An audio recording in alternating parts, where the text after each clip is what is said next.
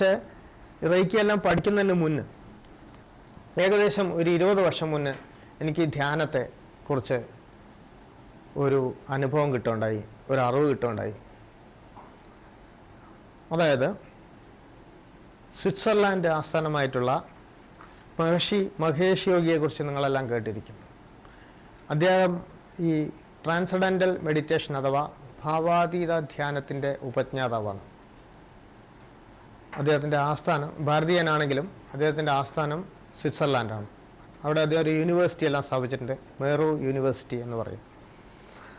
ഈ മഹേഷ് യോഗിയുടെ പ്രധാന ശിഷ്യന്മാരിൽപ്പെട്ട ഒരാൾ ഡോക്ടർ ബൗമൻ എന്ന് പറഞ്ഞിട്ടുള്ള ഒരു ജർമ്മൻകാരൻ, അദ്ദേഹം ജർമ്മൻ സ്വദേശിയാണ്. അദ്ദേഹം ഏകദേശം ഒരു 20 വർഷം മുന്നേ ഇന്ത്യ സന്ദർശിക്കുകയുണ്ടായി. ഈ ഡോക്ടർ ബൗമനും ഒരു സുഹൃത്തും കൂടെ ഇന്ത്യ സന്ദർശിക്കുന്നതിൻ്റെ ഭാഗമായിട്ട് അവർ കേരളത്തിൽ വന്ന് അന്നത്തെ പോലീസ് IG ആയിരുന്ന ശ്രീ VN രാജൻ്റെ കോങ്ങാട്ടുള്ള വീട്ടിൽ അവർ വരികയുണ്ടായി.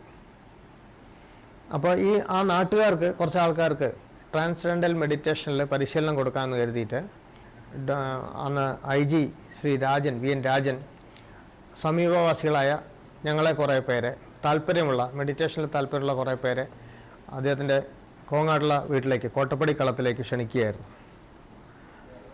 അവിടെ വെച്ച് ഈ വന്നിട്ടുള്ളത് ജർമ്മൻകാരനാണ്. അദ്ദേഹം ഒരു PhD ആണ്, ഡോക്ടർ ബൗമൻ എന്ന് പറയും. മഹേഷ് യോഗിയുടെ പ്രധാന ശിഷ്യന്മാരിൽപ്പെട്ട ഒരാളാണ്. അദ്ദേഹം ജർമ്മൻകാരനായതുകൊണ്ട് ചെറിയൊരു ലാംഗ്വേജ് പ്രോബ്ലം ഉണ്ടായിരുന്നു.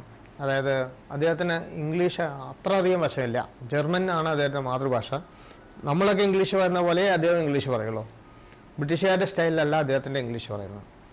പക്ഷേ ഇവിടെ പഠിക്കാനിരിക്കുന്ന പലർക്കും അത് മലയാളത്തേക്ക് തർജ്ജമ ചെയ്യേണ്ട ഒരു ആവശ്യം വന്നതുകൊണ്ട് ആ ഒരു ക്ലാസ് മുഴുവൻ മലയാളത്തേക്ക് തർജ്ജമ ചെയ്യാൻ ശ്രീ IG രാജൻ എന്നെയാണ് ചുമതലപ്പെടുത്തിയത്.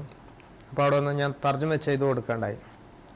അതുകൊണ്ട് അത് മുഴുവൻ എനിക്ക് ഉൾക്കൊള്ളാൻ കഴിഞ്ഞു. അതുമാത്രമല്ല, അതിൽ നിന്ന് ഞാൻ ഭാവാതീത ധ്യാനം പഠിച്ചു.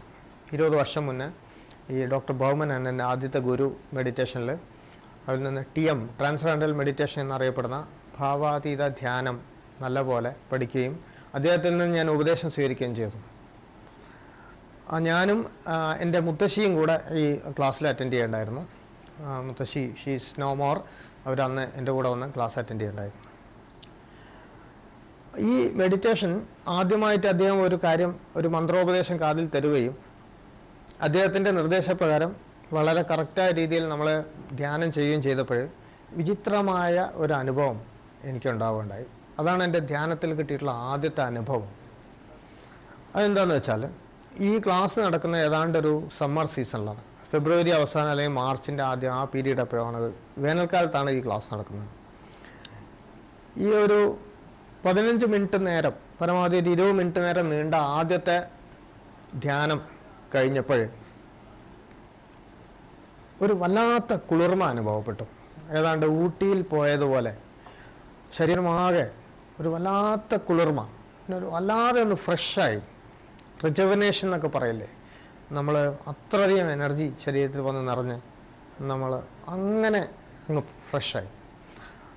മാത്രമല്ല, ഈ കിട്ടിയ കുളിർമ പിന്നീട് 2 ദിവസം, ഏതാണ്ട് ഒരു 48 മണിക്കൂറോളം ശരീരത്തിൽ നിന്ന് പോവാതെ നിറഞ്ഞു നിൽക്കുകയായിരുന്നു. നമ്മൾ യാത്ര ചെയ്യുമ്പോഴും ആഹാരം കഴിക്കുമ്പോഴും ഉറങ്ങുമ്പോഴും എല്ലാം നമ്മൾ പാലക്കാട് ജില്ലയിലെ കോങ്ങാടാണെങ്കിലും ഊട്ടിയിലാണെന്നുള്ള രീതിയിലാണ് എനിക്ക് ചുറ്റുമുള്ള അന്തരീക്ഷം എനിക്ക് ഫീൽ ചെയ്തത്. ഇതൊരു വല്ലാത്തൊരു വിചിത്രമായ അനുഭവമാണ്. പിന്നീട് ആ മെഡിറ്റേഷൻ കുറേ തുടർന്നോറും ഈ 48 മണിക്കൂറിൻ്റെ ഈ പരിവേഷം തുടർച്ചയായിട്ട് എല്ലാ ദിവസങ്ങളിലും അങ്ങനെ കിട്ടിക്കൊണ്ടിരിക്കുന്ന ഒരവസ്ഥ ഉണ്ടായി. ആദ്യമൊക്കെ മെഡിറ്റേഷൻ പഠിക്കുന്ന സമയത്ത് നമുക്ക് പ്രത്യേക ചിട്ടകളൊക്കെ വേണം. എന്ന് വെച്ചാൽ നിശബ്ദമായിട്ടുള്ള സ്ഥലം വേണം, ആരും ശല്യപ്പെടുത്തരുത്, ഏകാന്തത വേണം, മറ്റ് ചെറിയ ചെറിയ ശബ്ദങ്ങൾ പോലും നമുക്കപ്പോൾ ശല്യമായി തോന്നും. നമ്മൾ മൈൻഡിനെ താഴെ തട്ടുകളിൽ കൊണ്ടുപോയി മനസ്സിലെ ചിന്തകളെ ഇല്ലാത്തൊരവസ്ഥയിലേക്ക് കൊണ്ടുവരുമ്പോൾ ഓരോ ചെറിയ ശബ്ദങ്ങൾ പോലും നമ്മൾക്ക് വളരെ വലുതായും വളരെ ദൂരത്തുനിന്ന് ഒരു 15 കിലോമീറ്റർ ദൂരത്തുനിന്നുള്ള വലിയ ട്രെയിനിൻ്റെ ഹോണോ അങ്ങനെയുള്ള പോലും നേർത്ത ശബ്ദങ്ങൾ പോലും നമുക്ക് ശല്യം ഉണ്ടാക്കാൻ തുടങ്ങുന്നു. അവസാനം നമ്മളതെല്ലാം വിട്ടിട്ട് ശൂന്യാവസ്ഥയിലേക്ക് എത്തുന്നു. അത് ട്രാൻസെൻഡന്റ് മെഡിറ്റേഷനിലെ ഒരു തരം ശൂന്യധ്യാനമാണ്. ചിന്തകളില്ലാതെ മനസ്സിനെ പരമാവധി ട്രാങ്കുലൈസിങ് അവസ്ഥയിലേക്ക് കൊണ്ടുവരുന്ന ഒരു രീതിയാണ് ട്രാൻസെൻഡന്റ് മെഡിറ്റേഷൻ.